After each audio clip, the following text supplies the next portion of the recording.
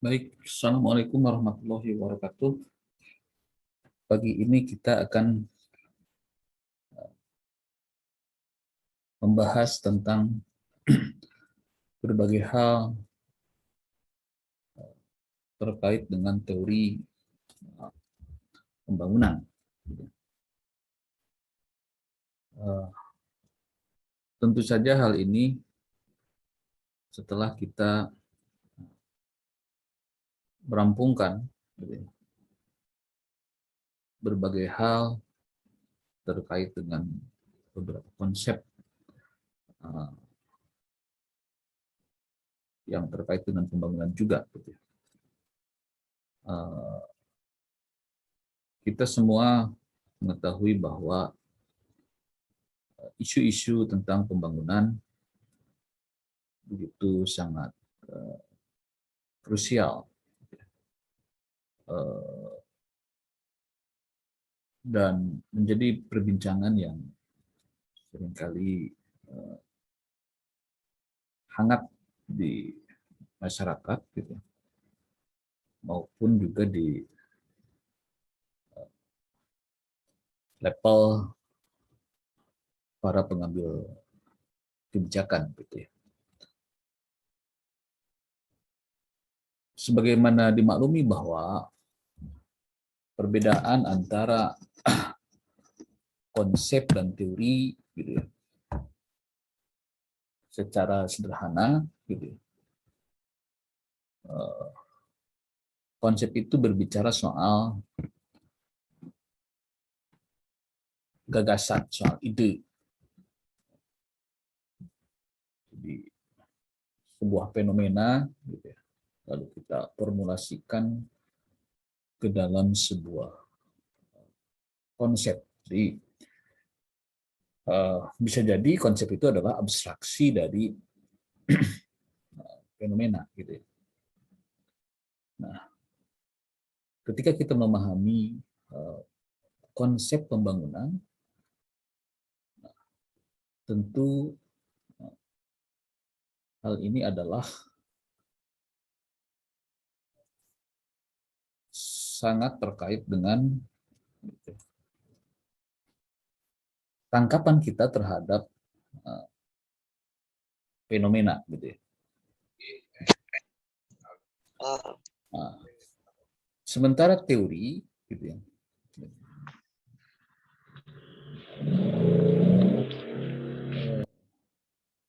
sudah merupakan sebuah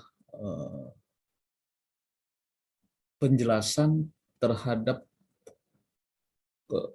berbagai macam konsep yang telah teruji, gitu ya.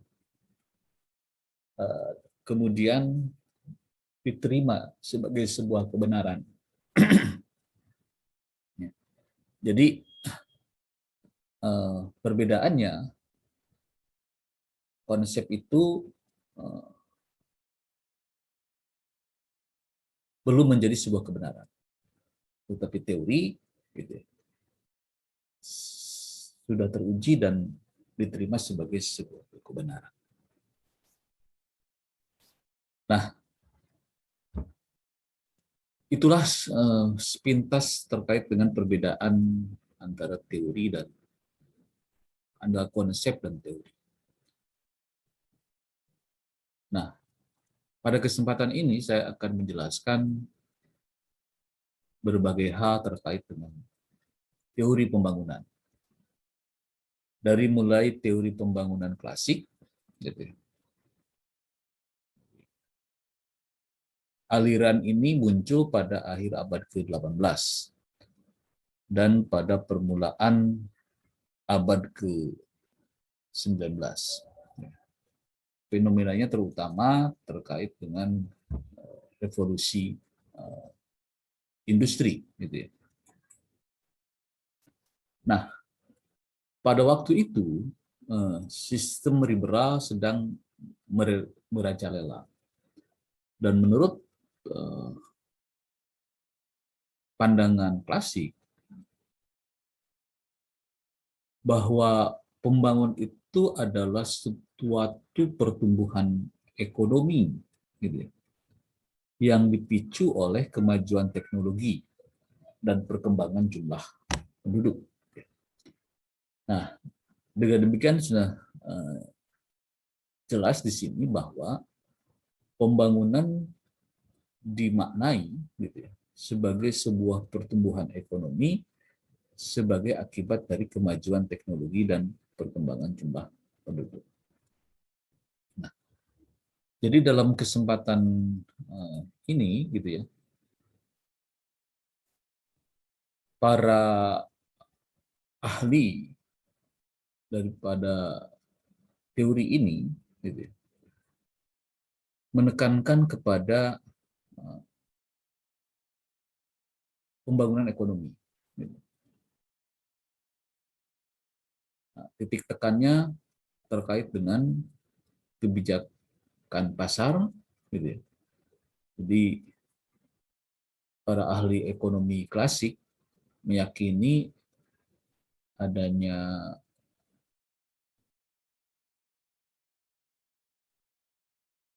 persaingan sempurna antara pasar bebas yang secara otomatis bebas dari campur tangan pemerintah, gitu ya. Nah, kemudian yang kedua, titik tekan daripada teori ini, teori ekonomi klasik yang menekankan pada pembangunan ekonomi itu, tentu saja berbicara soal, di samping soal pasar bebas, berbicara soal juga modal. Jadi semua kaum klasik memandang pembukaan modal merupakan kunci daripada keberhasilan ekonomi. Nah, berikutnya adalah berbicara soal keuntungan di rangsangan bagi investasi. Jadi semakin besar keuntungan yang diperoleh dari penanaman investasi, maka semakin besar pula akumulasi modal dan investasi. Jadi ini beberapa asumsi gitu ya dari teori pembangunan ekonomi gitu ya, yang bermacam klasik. Gitu ya. Jadi tumpuannya pada ekonomi pasar bebas, pada penumpukan modal, perangsangan investasi dalam rangka mencari keuntungan, dan kemudian memang keuntungan tidak akan naik secara terus-menerus, namun cenderung menurun apabila persaingan antara kapitalis cenderung meningkat. Gitu. Nah, kemudian dari setiap perkembangan modal dan investasi itu, para ekonom sepakat tentang adanya suatu keadaan yang disebut dengan keadaan stasioner. Jadi ekonom klasik meramalkan timbulnya keadaan stasioner pada akhir. Jadi ada masa titik kulminasi, gitu ya, titik jenuh daripada investasi. Gitu ya.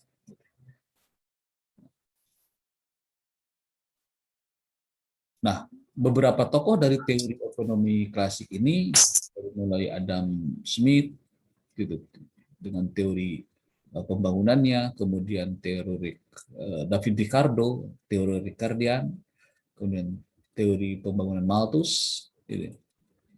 Nah, itulah tokoh ekonomi klasik, gitu. Adam Smith misalnya, yang dikenal dengan bapak dari ilmu ekonomi modern, terkenal dengan teorinya yang menyelidiki faktor-faktor yang menentukan nilai atau harga suatu barang. Bukunya sangat terkenal sekali, itu dalam An Inquiry into the Nature and Case to the Wealth of Nation, atau dikenal dengan buku Wealth of Nation.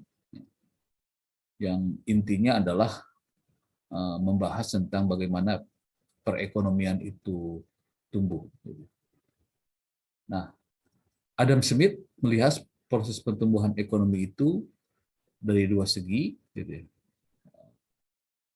Pada pembicaraan kita tentang konsep pembangunan sudah kita bahas, misalnya tentang apa yang disebut dengan gross national product, gitu.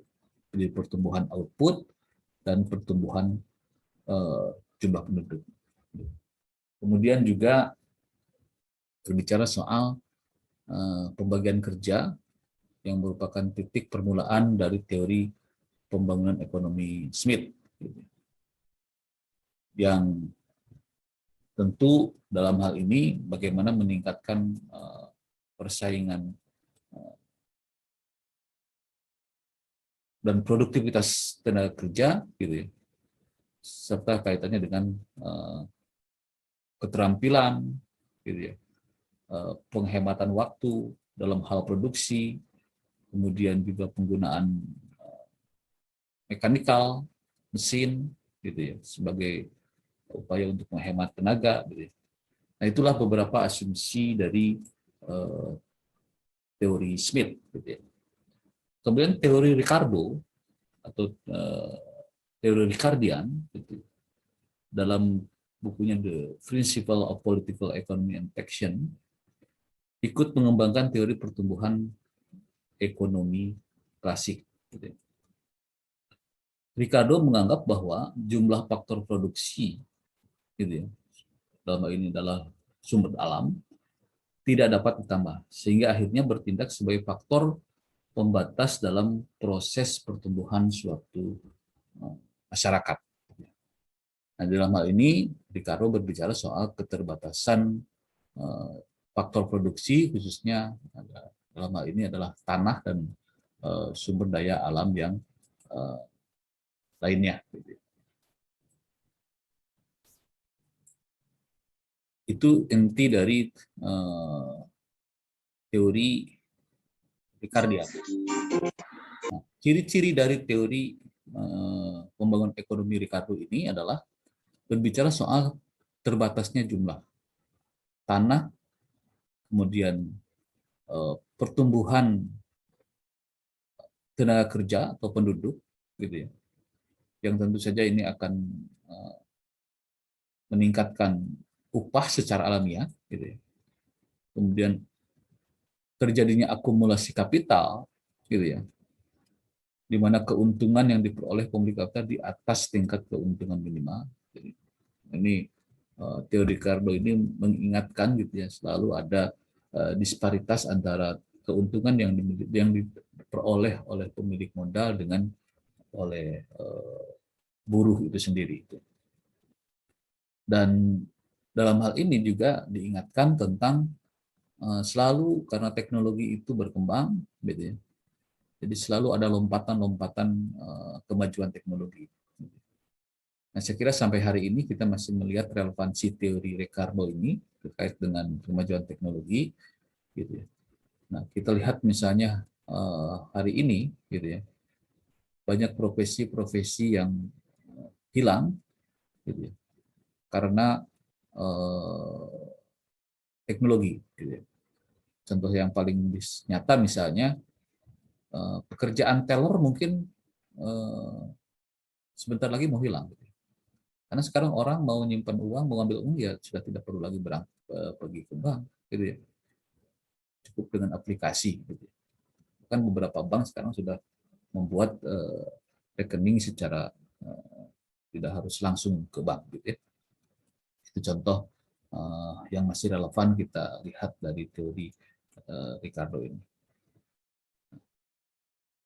Sektor pertanian dominan. Memang ini kan awal abad ke-19, gitu ya. Tentu saja ini kalau dibandingkan sekarang ya ini sudah mulai agak relevan lagi, gitu ya. Karena betul tadi bahwa tanah itu terbatas jumlahnya, gitu ya.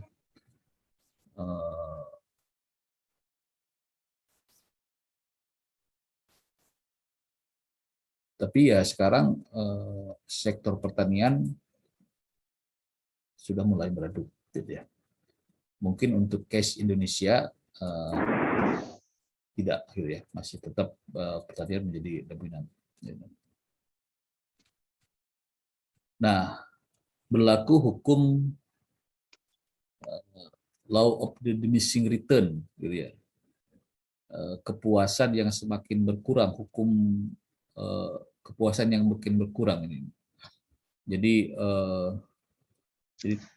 hukum ini mengatakan bahwa jika asumsinya begini, jika disediakan ada 14 air minum, gitu ya, yang harus kita minum, gitu ya, kenikmatan untuk gelas yang pertama dengan gelas yang berikutnya, kedua, ketiga, dan keempat itu berbeda, gitu ya. Jadi law of diminishing return itu. Jadi begitu juga berlaku untuk tanah. Jadi orang dulu ketergantungan pada tanah ya tinggi, tapi lama kelamaan itu berkurang, gitu ya. Nah, yang berikutnya adalah teorinya Malthus, gitu ya. Teori Malthus ini menyebutkan beberapa hal, gitu ya. Buku yang terkenal dari Malthus ini adalah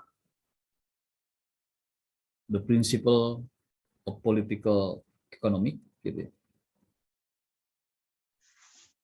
Jadi prinsip-prinsip ekonomi politik, gitu ya.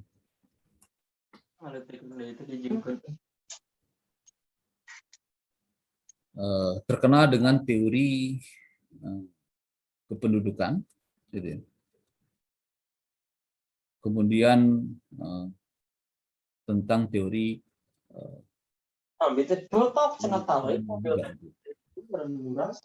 jadi Malthus tidak menganggap proses pembangunan ekonomi itu jadi dengan sendirinya, gitu ya.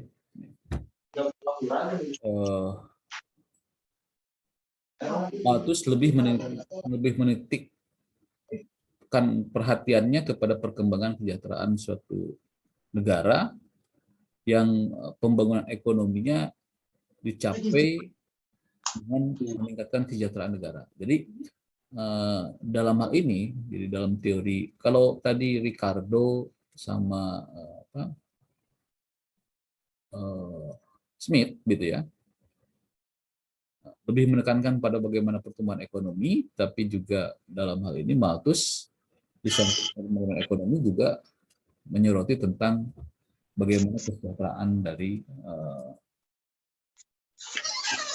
masyarakat.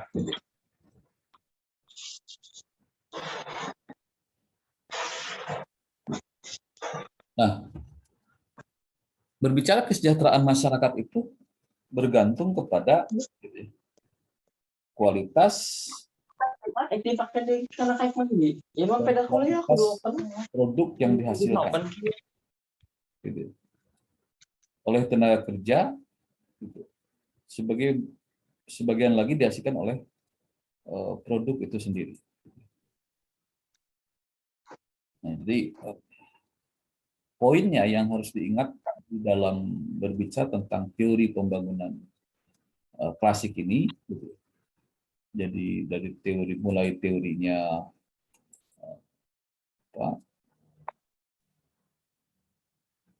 Adam Smith, gitu ya. Kemudian Ricardo dan Malthus, itu tiga tokoh jadi.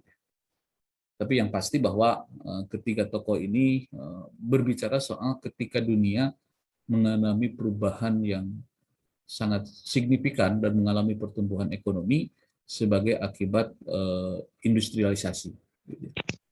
Di mana di situ ada modal yang tertanam, ada kapital, gitu ya.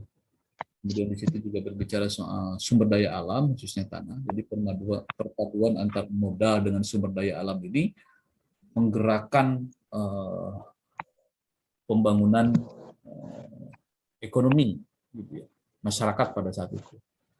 Nah, sehingga berbicara banyak terkait efek dari pembangunan ekonomi ini adalah gitu ya, ada penumpukan modal di kalangan kapitalis gitu ya. Kemudian juga upah buruh gitu ya, yang senantiasa selalu disesuaikan. Nah, kemudian juga diingatkan oleh Malthus tentang kesejahteraan suatu negara. Ini yang penting, esensi yang penting dari teori pembangunan klasik, gitu ya, yang tadi menekankan pada aspek pertumbuhan ekonomi dan pengelolaan sumber daya alam, gitu, melalui modal yang ditanamkan. Nah, saran yang diajukan oleh Malthus untuk pembangunan ekonomi itu, gitu, karena tadi pembangunan ekonomi itu harus mempertimbangkan aspek kesejahteraan, gitu. Maka pertumbuhannya itu harus berimbang. Jadi di dalam sistem Malthus ini, perekonomian dibagi menjadi sektor pertanian dan industri. Jadi kemajuan teknologi di kedua sektor itu yang dapat membawa kepada pembangunan ekonomi. Gitu ya. Nah, selanjutnya bahwa pertumbuhan itu juga akan diikuti oleh naiknya permintaan. Jadi selain kemajuan teknologi, gitu ya, yang mendorong pertumbuhan ekonomi, juga diimbangi dengan meningkatnya permintaan efektif. Gitu ya. Nah, itu karena Malthus berbicara soal industrialisasi, gitu ya, dan industrialisasi itu tentu melahirkan produktivitas, dia akan merangsang permintaan dari masyarakat. Gitu. Nah, karena ada sektor produksi dan ada permintaan, maka di sini diperlukan adanya distribusi, istilahnya itu adalah distribusi kesejahteraan dan pemilikan tanah secara adil. Jadi isu-isu terkait dengan pemerataan, gitu ya, kepemilikan lahan itu menjadi sentral di dalam pembangunan ekonomi.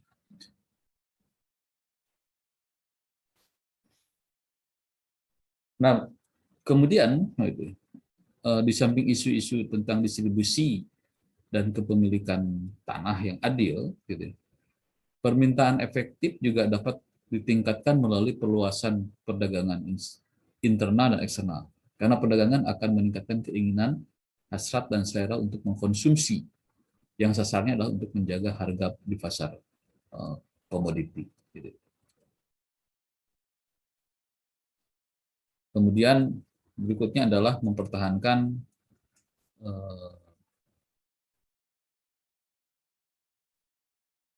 konsumen tidak produktif untuk meningkatkan permintaan. Jadi memang apa ya, istilahnya memang konsumen itu sifatnya pasif. Dia hanya konsumtif, sifatnya konsumtif. Pasif dan konsumtif gitu ya. Dan itu memang dipertahankan untuk bagaimana tetap permintaan itu stabil dan produktivitas bisa bertahan. Gitu. Nah, ada kelemahan dari teori Malthus ini. Gitu. Pertama adalah stagnasi sekuler, tidak melekat pada akumulasi modal. Gitu. Jadi memang tadi ada, karena memang ada upaya untuk mempertahankan bahwa supaya tingkat konsumsi itu tinggi, maka ya konsumen itu ya harus dibikin konsumtif, gitu ya. Gitu. Jadi dalam hal ini memang antara dunia industri dengan masyarakat itu dibikin berjarak gitu ya. Karena kalau tidak begitu maka industri tidak akan bertahan gitu ya. Nah, pandangan memang karena ini dampaknya melahirkan akumulasi modal gitu ya. Jadi istilahnya apa ya? Penumpukan modal itu ya melahirkan golongan kapitalis yang semakin, ini yang kaya makin kaya lah gitu ya, yang miskin tetap saja gitu ya. Di dalam hal ini posisi buruh, posisi masyarakat sebagai konsumen ya relatif tidak banyak bergerak gitu ya. Jadi yang bergerak signifikan itu, yang tumbuh signifikan itu adalah mereka yang para kapital, para pemodal. Ini sebenarnya dampak gitu, daripada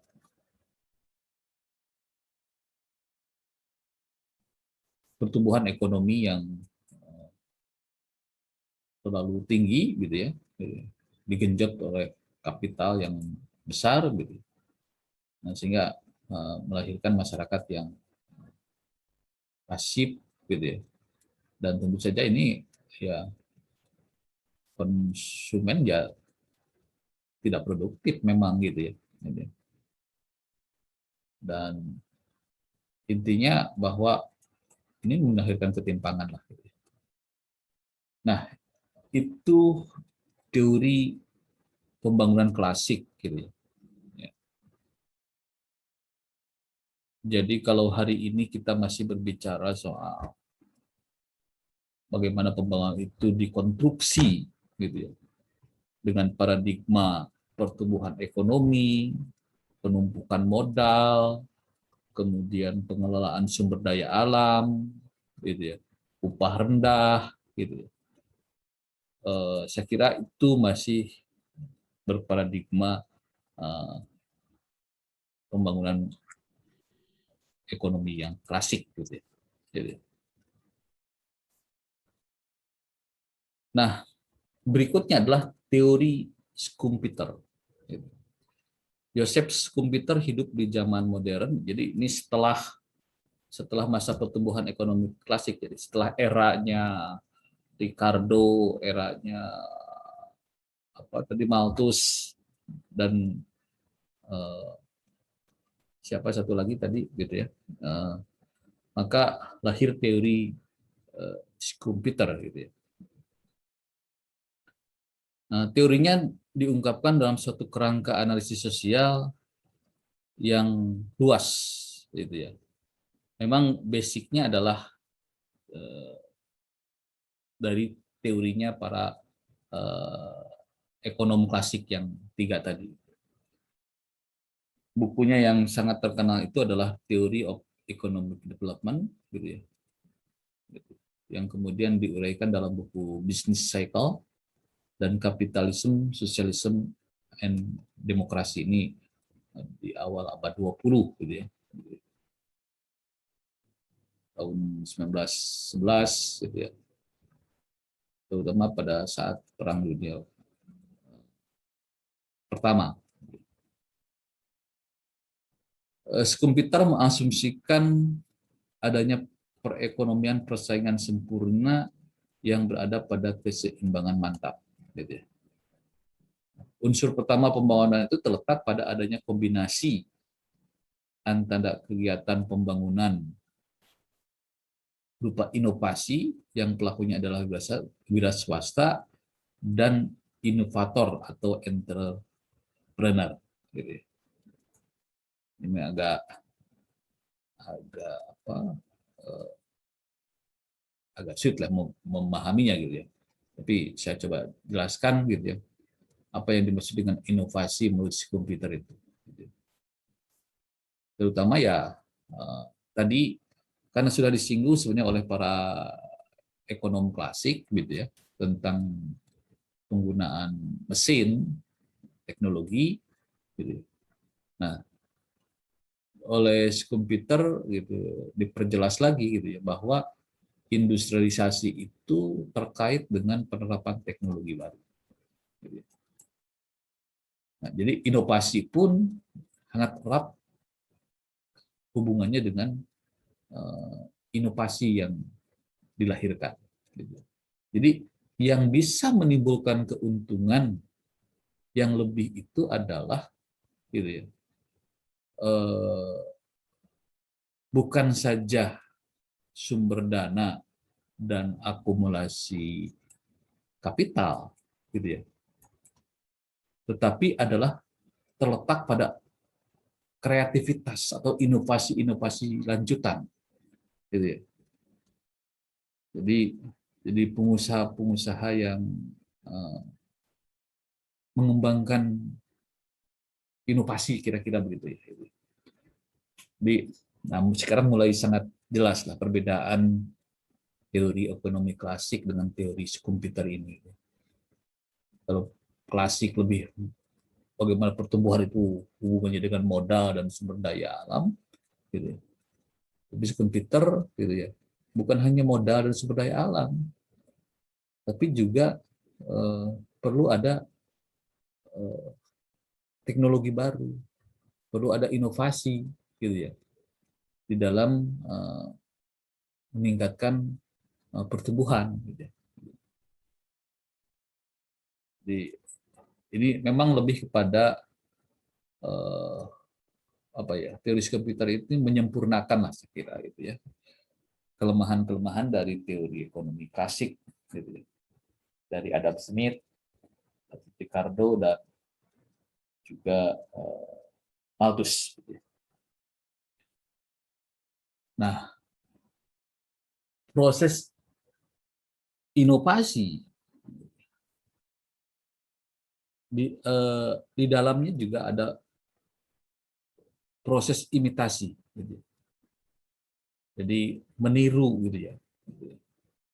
Jadi ya memang industri itu gitu ya berkembang dengan proses peniruan. Gitu ya. Teknologi itu juga ya, ada transfer teknologi lah. Mungkin istilah yang lebih tepat itu adalah bagaimana proses imitasi ini dilakukan dengan transfer teknologi.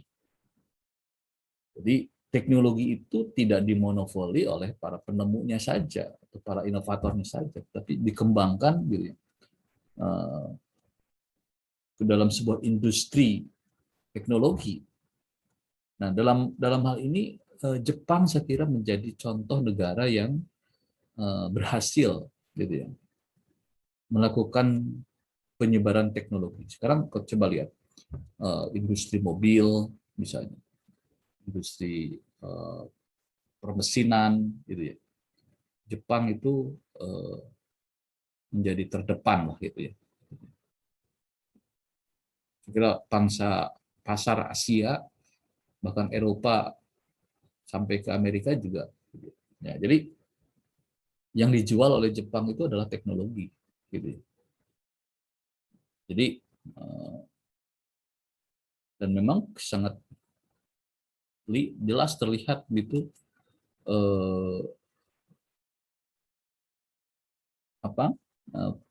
kemajuan dari negara itu dengan ya, menjual produknya itu adalah teknologi itu sendiri. Nah, teori komputer. Jadi tadi teori komputer itu lebih menekankan perlunya adanya pengembangan teori dan inovasi serta imitasi di dalam menopang pertumbuhan ekonomi. Berikutnya adalah teori Keynes. Itu teori semakin besar pendapatan nasional, maka semakin besar volume pekerja yang dihasilkan. Demikian juga sebaliknya. Jadi volume pekerja bergantung pada permintaan efektif. Permintaan efektif menentukan tingkat keseimbangan pekerjaan dan pendapatan. Jadi masih base teorinya masih pada teori klasik, yang teori Keynes ini. Gitu ya. Nah, permintaan efektif ditentukan pada titik saat harga permintaan agregat sama dengan harga penawaran agregat. Permintaan efektif terdiri dari permintaan konsumsi dan investasi. Nah, teori ini hanya berlaku pada ekonomi. Gitu. Jadi sebagai salah satu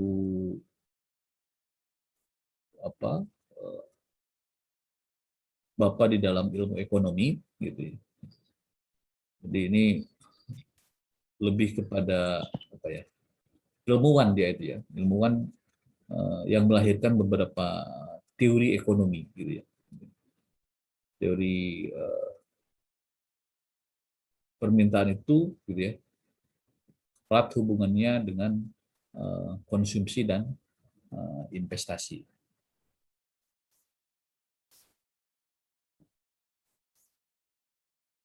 Nah, yang lebih perlu diperhatikan dari teori ini adalah syarat pokok kemajuan ekonomi. Dari mulai kemampuan mengendalikan penduduk, gitu ya, kemudian tekad untuk menghindari perang dan perselisihan sipil. Perselisihan sipil itu ya konflik lah gitu ya. Ya kalau tidak ada perang, tidak ada konflik di masyarakat, kemudian penduduk bisa terkendalikan, itulah syarat untuk suatu negara itu memajukan perekonomiannya. Nah, kemudian yang ketiga adalah kemauan untuk mempercayai ilmu pengetahuan dan memperdomani hal-hal yang sesuai dengan ilmu pengetahuan. Jadi harus bergerak gitu ya. Masyarakat itu dari keadaan yang tidak menggunakan iptek gitu ya di dalam kehidupannya, gitu ya, bergerak menuju ke penggunaan iptek untuk kemajuan ekonomi. Gitu. Dan berikutnya adalah tingkat akumulasi yang ditentukan oleh margin antara produk dan konsumsi. Jadi keuntungan antara produk dan konsumsi itu meningkatkan akumulasi yang ini menjadi dasar bagi kemajuan ekonomi suatu negara. Jadi poin pentingnya di dalam hal ini adalah kemampuan untuk mengendalikan penduduk, tidak adanya konflik dan peperangan, artinya timbul keamanan, ketertiban di dalam masyarakat, gitu. Kemudian kemajuan ilmu pengetahuan dan teknologi, gitu. Ini menjadi hal syarat bagi kemajuan ekonomi. Gitu ya. Nah, beberapa asumsi yang dipakai oleh Keynes, gitu ya. Pertama adalah didasarkan adanya pengangguran siklis yang terjadi selama depresi. Tadi kan kalau kita lihat bukunya itu muncul di awal abad ke-20 gitu ya. Itu pada saat Perang Dunia Pertama berkecamuk gitu ya. Jadi tadi kenapa misalnya tadi dia mensyaratkan tidak adanya peperangan gitu. Karena memang dia melihat gitu. Karena teori itu kan lahir dari fenomena gitu ya. Tangkapan terhadap suatu fenomena yang kemudian diabstraksikan, itu teori gitu ya. Nah, karena memang situasinya pada saat itu adalah situasi perang gitu, maka itulah dasar-dasar asumsi yang dipakai oleh beliau di dalam menyusun teorinya. Nah, kembali kepada beberapa asumsi yang diperkenalkan oleh beliau gitu ya. Pertama adalah timbulnya pengangguran itu akibat adanya menurunnya permintaan gitu ya. Nah, karena eh, dalam hukum permintaan itu apabila permintaan tinggi, gitu, kemudian saya di dalam teori harga gitu ya. Jadi, apabila permintaan tinggi, produktivitas tetap, itu harga akan naik gitu ya. Dan sebaliknya apabila produktivitas turun, permintaan tetap atau turun. Apabila produktivitas meningkat, sementara permintaan eh, tetap atau turun, maka itu harga akan turun. Nah, ini juga erat kaitannya dengan bahwa kalau permintaan efektif ini turun, otomatis nanti eh, ke produktivitas juga akan berkurang, karena kalau produk itu terus digenjot ketika permintaan turun, ya tentu saja ini akan menimbulkan kerugian karena barang jadi tidak laku, gitu ya. Ataupun kalau laku dijual dengan harga murah. Tentu saja eh, seorang produsen akan memperhatikan ini. Maka ketika misalnya permintaan turun, gitu ya, maka tentu produktivitasnya juga dia akan atur sedemikian rupa supaya tetap menjaga stabilitas harga. Nah, tapi efeknya ini akan kemudian melahirkan pengangguran, gitu ya. Nah, ini yang oleh kan disoroti gitu ya. Tentu saja walaupun ini sifatnya dalam analisisnya itu bersifat analisis jangka pendek gitu ya. Didasarkan, tapi di dalam negara-negara yang lebih terbuka sebenarnya akan selalu muncul eh, inovasi di dalam meningkatkan konsumsi gitu ya. Nah, berbeda dengan negara-negara yang tertutup gitu ya, atau menganut sistem ekonomi tertutup gitu ya. Ini memang akan menyulitkan ketika misalnya permintaan menurun gitu ya. Tapi dengan negara terbuka, maka ketika dia tidak laku di dalam negeri misalnya, dia akan lempar itu keluar gitu ya. Makanya fungsi-fungsi diplomasi gitu ya, menjadi sangat penting gitu ya. Tapi itu hanya dimiliki oleh eh, negara dengan sistem yang menganut sistem ekonomi terbuka atau dengan sistem politik yang lebih terbuka. Itu sebabnya mengapa negara-negara yang menganut sistem tertutup gitu ya, berguguran gitu ya. Negara-negara Eropa Timur, negara-negara komunis itu sekarang tinggal satu dua saja yang bertahan. Soviet yang begitu sangat dikjaya begitu ya, dengan sistem komunisnya ya hancur tahun 80-an gitu ya. Tidak bisa gitu ya apa ya mencari jalan keluar gitu ya, ketika perekonomiannya mandek gitu ya. Dan sekarang eh, dia menjadi negara yang lebih terbuka gitu, dan Sovietnya bubar. Nah, bagaimana dengan Cina misalnya? Orang mengapa kok ada dengan sistem politik yang tertutup komunis kayak Cina tapi ekonomi maju? Betul. Cina itu politiknya tertutup tapi ekonominya terbuka, gitu ya. Gitu. Hanya sistem politiknya saja yang tertutup, gitu ya. Tapi sistem ekonominya terbuka. Nah, bagi negara-negara yang menganut sistem ekonomi dan politik tertutup itu yang menjadi problem. Gitu. Dan model Cina ini menjadi model artinya negara-negara yang bertransformasi menjadi negara-negara yang lebih terbuka di dalam ekonomi, ya dia akan survive. Tapi coba lihat negara-negara yang sekarang masih tertutup seperti Kuba, Korea Utara, gitu ya. Mungkin karena informasi yang terbatas saja, tidak terlalu banyak informasi dengan kejadian yang ada di sana. Tapi kita bisa menduga gitu ya dengan teori ini gitu ya, bahwa uh, tingkat kesejahteraan di sana itu saya kira menjadi persoalan yang serius.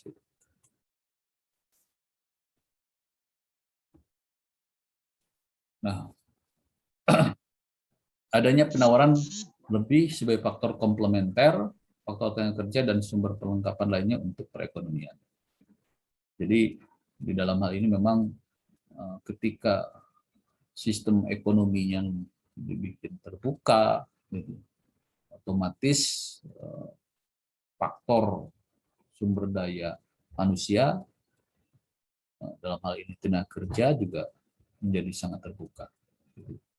Jadi penawaran itu bukan hanya terhadap sektor produksi, tetapi juga pada sektor tenaga kerja.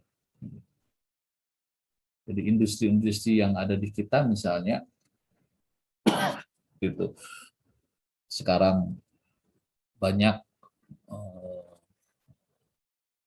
apa istilahnya menggunakan tenaga-tenaga asing, ini juga sebagai bagian daripada bahwa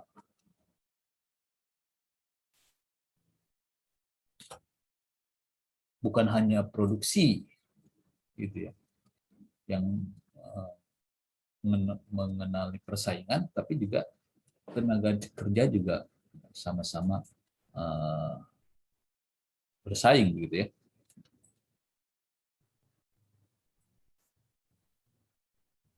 Nah, beberapa peralatan yang dipakai oleh Keynes gitu ya untuk menguji teorinya gitu ya.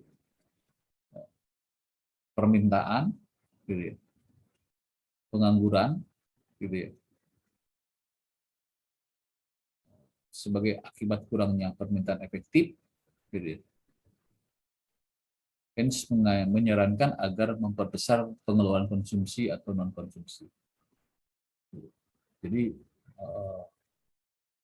jadi kalau mencoba untuk mencari solusi jalan keluar dari adanya pengangguran yang tinggi, misalnya begini, untuk kasus kita misalnya, ketika pemerintah melihat jalan apa yang harus ditempuh ketika angka pengangguran tinggi, itu kan pertanyaannya. Nah, kalau kita menggunakan teori ini untuk menjawab itu, maka ya tidak ada pilihan lain untuk mengatasinya itu adalah dengan memperbesar konsumsi, gitu ya. Karena dengan konsumsi itu akan merangsang produktivitas, gitu ya. Produktivitas itu nanti membutuhkan tenaga kerja, kan gitu. Siklusnya begitu, siklusnya begitu. Jadi para pengambil kebijakan ya, senantiasa memang ya, harus bergulat dengan berbagai macam konsep dan teori gitu ya, sehingga nanti kebijakan yang diambilnya ya betul-betul tepat gitu. Ya, kalau saya berpandangan bahwa kita harus percaya dengan teori, tapi tidak dengan satu teori gitu ya. Artinya kan ada banyak teori, karena apa? Teori itu sudah diuji kok, gitu. Sudah melalui proses yang panjang gitu untuk dijadikan sebagai uh, teori itu, gitu. Sehingga ya karena teori itu apalagi di dalam ilmu-ilmu sosial tidak datang dari langit, gitu ya. Karena kalau ilmuwan uh, ilmu apa eksak misalnya dia menguji teorinya itu di laboratorium, gitu ya, di ruangan laboratorium, ya kalau ilmu sosial kan laboratoriumnya di masyarakat. Gitu. Pengujian teorinya itu adalah melalui berbagai macam penelaahan kejadian yang ada di masyarakat. Gitu. Nah, ini ya terus kecenderungan menabung gitu ya. karena tabungan itu ya artinya mendorong untuk adanya modal. Jadi,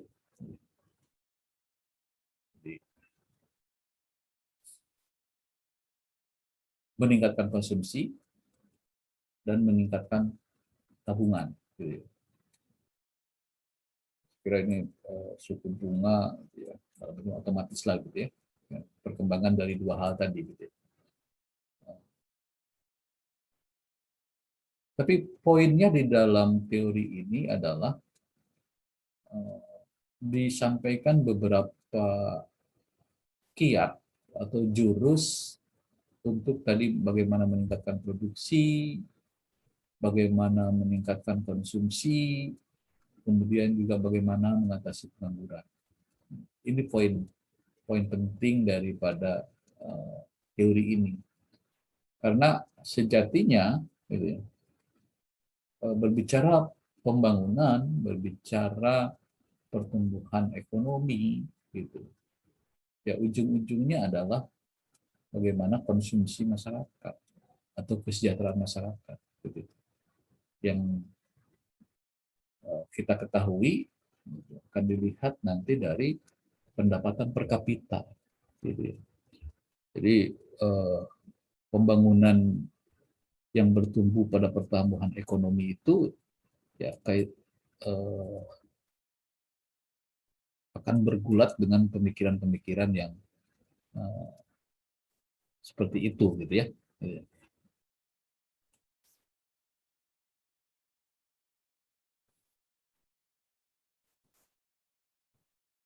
Nah, saudara-saudara sekalian, gitu ya,